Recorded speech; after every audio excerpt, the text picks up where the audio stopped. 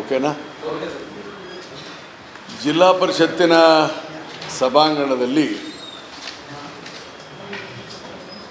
ತಮಗೆಲ್ಲ ಗೊತ್ತಿದ್ದಂತೆ ನಮ್ಮ ಸರ್ಕಾರ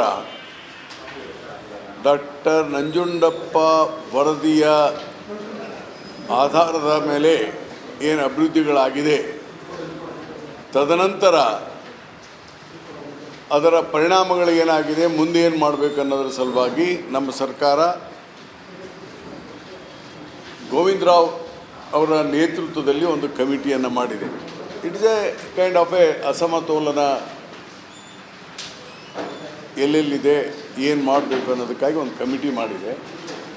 ಆ ಕಮಿಟಿ ಸದಸ್ಯರು ಕೊಪ್ಪಳಕ್ಕೆ ಬಂದಿದ್ದರು. ಅದು ಎಲ್ಲ ಶಾಸಕರನ್ನ ಕರೆದಿದ್ದರು.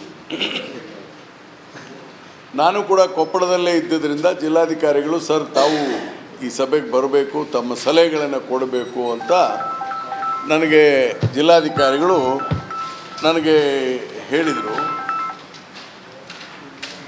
ಒಂದು ನಿಮಿಷ, ತಮ್ಮ ಸಲಹೆಗಳನ್ನು ಕೊಡಿ ಸರ್, ಏನೇನು ಅಭಿವೃದ್ಧಿ ಕೆಲಸಗಳಾಗಬೇಕು, ಯಾವ ಥರ ಮಾಡಬೇಕು, ಯಾವ ರೀತಿಯ ವ್ಯವಸ್ಥೆಯಲ್ಲಿ ಮುಂದೆ ಹೋಗಬೇಕು ಅನ್ನೋದ್ರ ಬಗ್ಗೆ ಅಂತ ಅದಕ್ಕಾಗಿ ಕರೆದಿದ್ದೇವೆ ಅಂತ ಹೇಳಿದರು.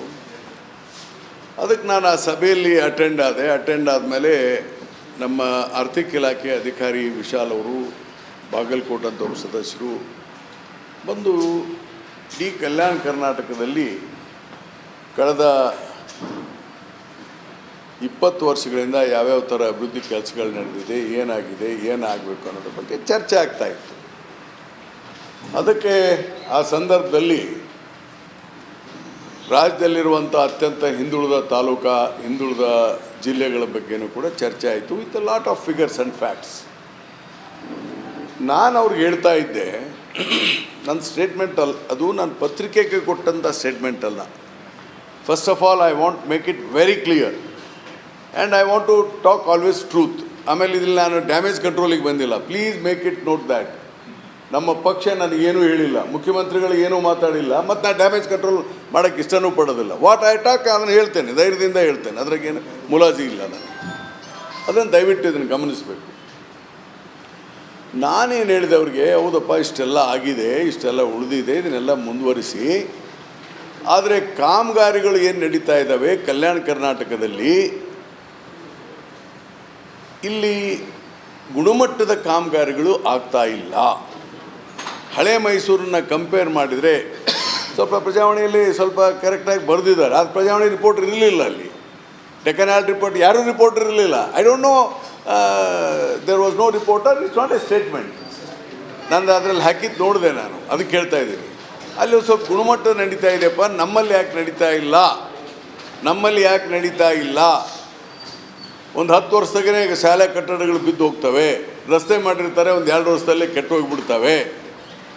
ಇದಕ್ಕೆ ಯಾರ್ಯಾರುಗಳು ಎಲ್ಲ ತಪ್ಪಿಸ್ತಿದ್ದಾರೆ, ಅದರ ಗುಣಮಟ್ಟ ಕಾಪಾಡ್ಕೊಳ್ಳೋಕ್ಕೆ ಮಾಡಬೇಕು. ಇದೊಂದು ಭ್ರಷ್ಟವಾದಂಥ ರಾಜ್ಯದ ವ್ಯವಸ್ಥೆ ಆಗಿಬಿಟ್ಟದೆ, ನಮ್ಗೆ ಆ ದೊಡ್ಡ ಹಣೆಪಟ್ಟೆ ಬಂದುಬಿಟ್ಟದೆ, ಇದು ಸರಿಯಲ್ಲ ಅಂತ ಹೇಳೋದ್ರ ಜೊತೆಗೆ ನಾನು ಏನು ಹೇಳಿದೆ, ಮೊದಲು ನಾವು ಸರಿ ಇರಬೇಕು, ಯಾರೋ ಎಲೆಕ್ಟೆಡ್ ರೆಪ್ರೆಸೆಂಟೇಟಿವ್ಸು ನೀವು ಸರಿ ಆಗಬೇಕು, ಅಂದರೆ ನಾವು ಸರ್ಕಾರವನ್ನು ಒಳ್ಳೆ ರೀತಿ ವ್ಯವಸ್ಥೆ ಮಾಡಲಿಕ್ಕೆ ಸಾಧ್ಯ ಆಗ್ತದೆ. ಅದಕ್ಕೆ you please report this in your statement ಅಂತಲೂ ಹೇಳಿದೆ ನಾನು. ಇದನ್ನೇನು ಮುಖ್ಯಮಂತ್ರಿಗಳಿಗೆ ರಿಪೋರ್ಟ್ ಕೊಡ್ತೀರಲ್ಲ, please make this my statement in the report. ಈ ಥರದ ಭ್ರಷ್ಟಾಚಾರಗಳು ಆಗಬಾರ್ದು, ತಡಿಲಿಕ್ಕೆ ಏನೆಲ್ಲ ಕ್ರಮ ಕೈಗೊಳ್ಳಬೇಕು ಅನ್ನೋದನ್ನು ಮಾಡಿ. ಇದು ಸರಿಯಲ್ಲ ಈ ವ್ಯವಸ್ಥೆ ಮುಂದುವರೆದು ಅಂತ ಹೇಳಿದ್ದೇನೆ. ಇದರಲ್ಲಿ ತಪ್ಪೇನಿದೆ ನಾನು ಹೇಳಿದ್ರಲ್ಲಿ? I never accused BJP government, I never accused JDS government, I never accused Congress government. ಅದು ಇಟ್ ಈಸ್ ಆಫೀಸರ್ಸ್ ಮೀಟಿಂಗ್. ಅದನ್ನು ಅರ್ಧಂಬರ್ಧ ತಿಳ್ಕೊಂಡು ಬಿಟ್ಟು ಪತ್ರಿಕೆಯಲ್ಲಿ ಕರ್ನಾಟಕ ನಂಬರ್ 1 ಆಗಿದೆ ಅಂತ ರಾಯರೆಡ್ಡಿ ಅವರು ಹೇಳಿದರು. ಎಸ್, ನಾನು ಹೇಳಿದ್ದೆ, ಕರ್ನಾಟಕದಲ್ಲಿ ಭಾಳಷ್ಟು ಈ ಅಭಿವೃದ್ಧಿ ಕೆಲಸದಲ್ಲಿ ಕರಪ್ಷನ್ನು ಇದೆಲ್ಲ ಆಗಿ ಹಾಳಾಗ್ತಾಯಿದೆ ಅಂತ ಡೆಫಿನೆಟಾಗಿ ಜನರಲ್ ಅಡ್ಮಿನಿಸ್ಟ್ರೇಷನಲ್ಲಿ ಆಗ್ತಾಯಿದೆ ಅಂತ ಹೇಳ್ತೇನೆ. And as A legislature I spoke this in the floor of the house. ನಾನು ಹಿಂದೆ ಮುಂದೆ ನೋಡಿಲ್ಲ, ಫ್ಲೋರ್ ಆಫ್ ದ ಹೌಸಲ್ಲಿಯೂ ನಾನು ಮಾತಾಡಿದ್ದೇನೆ. ಅದನ್ನು ಸರಿ ಮಾಡಬೇಕು ಅಂತಲೇ ಹೇಳಿದೆ ನಾನು. ಇನ್ಫ್ಯಾಕ್ಟ್ ಸತ್ಯ ಹೇಳ್ತೇನೆ ಇದನ್ನು. I am telling the truth. It is up to the media to how you carry on. I am telling the truth always. ನೋಡಿ, ಕರ್ನಾಟಕದಲ್ಲಿ ನಾನು ಮೊದಲು ಹೇಳಿದ್ದೆ, transfers has become an industry. ಇದು ಸಿದ್ದರಾಮಯ್ಯ ಗೌರ್ಮೆಂಟಿನ ಸಮಸ್ಯೆ ಅಲ್ಲ. ಇದು ಇತ್ತೀಚಿನ 10-20 ವರ್ಷಗಳಲ್ಲಿ ಈ ಥರದ ಕರ್ನಾಟಕದಲ್ಲಿ ಆಗ್ತಾ ಬಂದಿದೆ. ಬೇರೆ ದೇಶದ ಬೇರೆ ರಾಜ್ಯಗಳಲ್ಲಿದೆ, ಅಲ್ಲಿ ಇಲ್ಲ ಅಂತ ನಾನು ಹೇಳಲಿಲ್ಲ. ಆದರೆ ನಮ್ಮ ರಾಜ್ಯ ಸುಧಾರಣೆ ಆಗಬೇಕನ್ನೋದು ನಮ್ಮೆಲ್ಲರ ಆಸೆ, ನನ್ನ ಆಸೆ. ಈಗ ನಾವೆಲ್ಲರೂ ಕೆಟ್ಟೋಗಿದ್ದೇವೆ, ಸರಿ ಇಲ್ಲ. ಅದ್ರ ಹಿಂದಿನ ದಿವಸನೂ ನಾನು ಮಾತಾಡಿದ್ದೆ, ಅದು ಪತ್ರಿಕೆಯಲ್ಲಿ ಬಂದಿದೆ. ಏನಂತ ಹೇಳಿದ್ದೆ ನಾನು? ಕರಪ್ಷನ್ನಿಗೆ ಫಸ್ಟ್ ಕಾರಣ first day of the nomination. ಯಾವ ರಾಜ್ಯದಲ್ಲಿ ಕರ್ನಾಟಕದಲ್ಲಿ ಇಲೆಕ್ಷನ್ ನಡೀತದೆ, ನಾಮಿನೇಷನ್ ಕೊಟ್ಟ ದಿನದಿಂದಲೇ ಭ್ರಷ್ಟಾಚಾರ ಪ್ರಾರಂಭ ಆಗ್ತದೆ. ಇದು ಸತ್ಯ ಅಲ್ವಾ? ನಾವು ಎಷ್ಟು ಖರ್ಚು ಮಾಡ್ತೇವೆ, ಎಷ್ಟೆಲ್ಲ ಆಗುತ್ತೆ, ಇದಕ್ಕೆಲ್ಲ ಒಂದು ಎಲೆಕ್ಟ್ರಿಕಲ್ ರಿಫಾರ್ಮ್ಸ್ ತರಬೇಕು ಅಂತಲೂ ಹೇಳಿದ್ದೆ ನಾನು ಹಿಂದಿನ ದಿವಸ. ಇನ್ನು ಪಬ್ಲಿಕ್ ಮೀಟಿಂಗಲ್ಲಿ ಹೇಳಿದ್ದೇನೆ, ಈಗಲೂ ಹೇಳ್ತೇನೆ. ಮತ್ತು ಇಷ್ಟೆಲ್ಲ ಹೆವಿ ಕರಪ್ಷನ್ ಆಗಿ ಇಷ್ಟೆಲ್ಲ ಪಾರ್ಟಿಗಳು ಬಡದಾಡಿ ಏನು ಹೋದ ಸರಿ ಏನಾಯಿತು, BJP ಗೌರ್ಮೆಂಟೆಲ್ಲ ಏನೆಲ್ಲ ಮಾಡ್ತು ಅನ್ನೋದ್ರ ಬಗ್ಗೆ ಗೊತ್ತಿಲ್ವಾ? JDS ಗೌರ್ಮೆಂಟಲ್ಲಿ ಏನಾಯಿತು ಅಂತ ಗೊತ್ತಿಲ್ವಾ? ಚಾರ್ಜಸ್ ಇಲ್ವಾ ಚೀಫ್ ಮಿನಿಸ್ಟರ್ಗಳು? ಹಿಂದೆ ಚೀಫ್ ಮಿನಿಸ್ಟರ್ ಆದರ ಮೇಲೆ ಇವ್ರ ಮೇಲೆ ಇದು ಆಗಬಾರ್ದು, ಕರ್ನಾಟಕಕ್ಕೆ ಒಳ್ಳೆಯದಾಗಬೇಕು, ಇದ್ರ ಬಗ್ಗೆ ಒಂದು ಚಿಂತನೆ ಪ್ರಾರಂಭ ಆಗಲಿ ಅಂತ ಹೇಳಿ ನಾನು ಹೇಳಿದ್ದೇನೆ ಹೊರತು ಸಿದ್ದರಾಮಯ್ಯ ಸರ್ಕಾರ, ನಮ್ಮ ಸರ್ಕಾರ ಕರಪ್ಟ್ ಇದೆ ಅಂತ ನಾನು ಎಲ್ಲಿ ಹೇಳಿಲ್ಲ, ಹೇಳೋದಿಲ್ಲ. In fact I am appreciating our honourable chief minister. ಯಾಕಂದರೆ ಇತ್ತೀಚಿನ ಬಜೆಟ್ ಬುಕ್ ತೆಗೀರಿ ತಾವು. ಬಜೆಟ್ ಪುಸ್ತಕದಲ್ಲಿ ನಮ್ಮ ಮುಖ್ಯಮಂತ್ರಿಗಳು ಸ್ಪಷ್ಟವಾಗಿ ಹೇಳಿದರು, ಇನ್ಮೇಲೆ ಟ್ರಾನ್ಸ್ಫರ್ನಲ್ಲಿ ಕರಪ್ಷನ್ ನಿಲ್ಲಬೇಕು.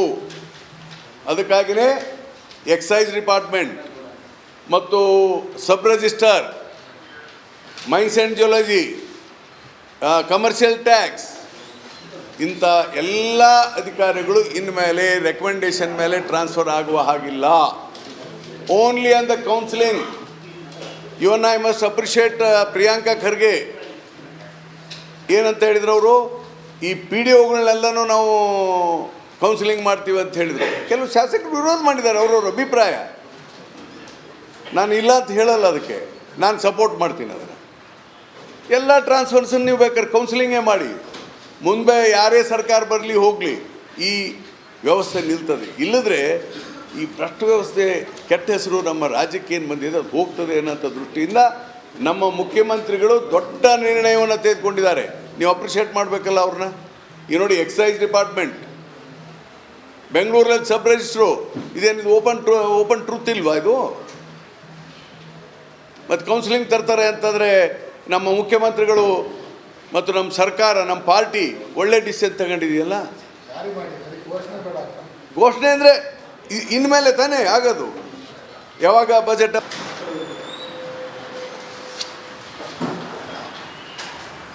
ಓಕೆನಾ? ಜಿಲ್ಲಾ ಪರಿಷತ್ತಿನ ಸಭಾಂಗಣದಲ್ಲಿ ತಮಗೆಲ್ಲ ಗೊತ್ತಿದ್ದಂತೆ ನಮ್ಮ ಸರ್ಕಾರ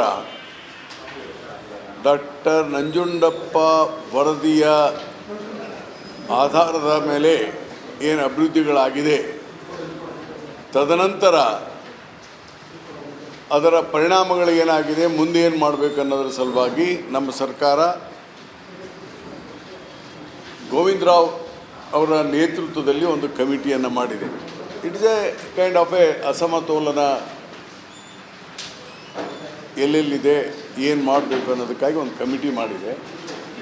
ಆ ಕಮಿಟಿ ಸದಸ್ಯರು ಕೊಪ್ಪಳಕ್ಕೆ ಬಂದಿದ್ದರು. ಅದು ಎಲ್ಲ ಶಾಸಕರನ್ನ ಕರೆದಿದ್ದರು. ನಾನು ಕೂಡ ಕೊಪ್ಪಳದಲ್ಲೇ ಇದ್ದಿದ್ದರಿಂದ ಜಿಲ್ಲಾಧಿಕಾರಿ